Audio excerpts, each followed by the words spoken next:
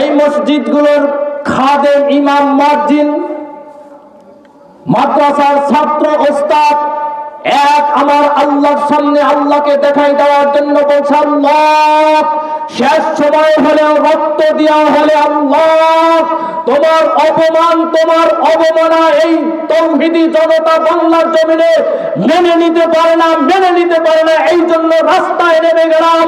আল্লাহ তুমি জাফরির রক্তকে তুমি কবুল করে নাও আল্লাহ। এরকম যদি গর্জন, সঠিক হুঙ্কার দিয়া যদি এখন রাস্তায় নামতে পারেন, কোন বাম, কোন রাম, কোন নাস্তিক, কোন বেঈমান, কোন ইহুদি যেন ইসলামের বিপক্ষে, কোন তাওহীদি মুসলমানের বিপক্ষে কোন চোখ রাঙ্গায়া কথা না বলতে পারে, চোখ রাঙ্গানোর সাথে সাথে বাংলা জাফের অন্তত অনেক ধরে আইনার চোখ দুটো উঠে দেওয়া লাগবে। জোরে বলেন ঠিক কিনা?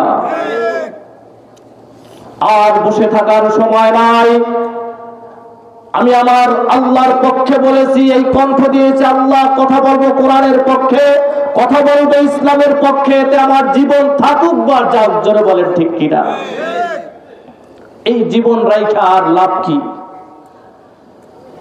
যে আল্লাহ এত সুন্দর করে আপনাকে আমাকে বানাইছে, এত সুন্দর মর্যাদা দিয়েছে, উত্তম মর্যাদা দিয়েছে, যে আল্লাহ, যে আল্লাহ আপনাকে আমাকে খাওয়ায়, যে আল্লাহ আপনাকে আমাকে মূল্যবান সময় দিয়েছে, যে আল্লাহ আপনাকে আমাকে মূল্যবান কিডনি দান করেছেন, বাল্ব দিয়েছেন, চক্ষু দিয়েছেন, লিভার দিয়েছেন, রক্ত দিয়েছেন, যে আল্লাহ তাআলা সুন্দর হাত দিয়েছেন, জবান দিয়েছেন, সেই আল্লাহ এত আদর করে, এত যত্ন করে বান্দা বান্দি তৈরি করলেন, আর সেই কপাল পোড়া বান্দা বান্দির জবান দিয়া আমার আল্লাহর বিপক্ষে কথা বলে।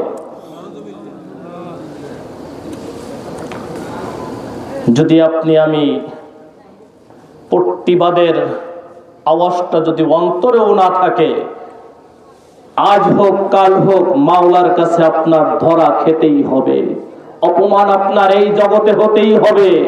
জোরে বলেন ঠিক কিনা? আজকে রাম, ডান, বাম এরা মাস্তানি করে কেন? কোন শক্তিতে মাস্তানি করার সাহস পায়? হযরত মূসা কালিমুল্লাহ আলাইহিস সালাতু ওয়াস সালাম ছিল, ফেরাউন গাদ্দারি করেছে। জোরে বলেন ঠিক কিনা? নবীজি সাল্লাল্লাহু আলাইহি সাল্লাম, আবু জাহেলরা গাদ্দারি করেছে। কারণ এই পৃথিবীতে একজন যতদিন পর্যন্ত আল্লাহ ওয়ালা লোক থাকবে, নাকি হিন্দু কোনো বামন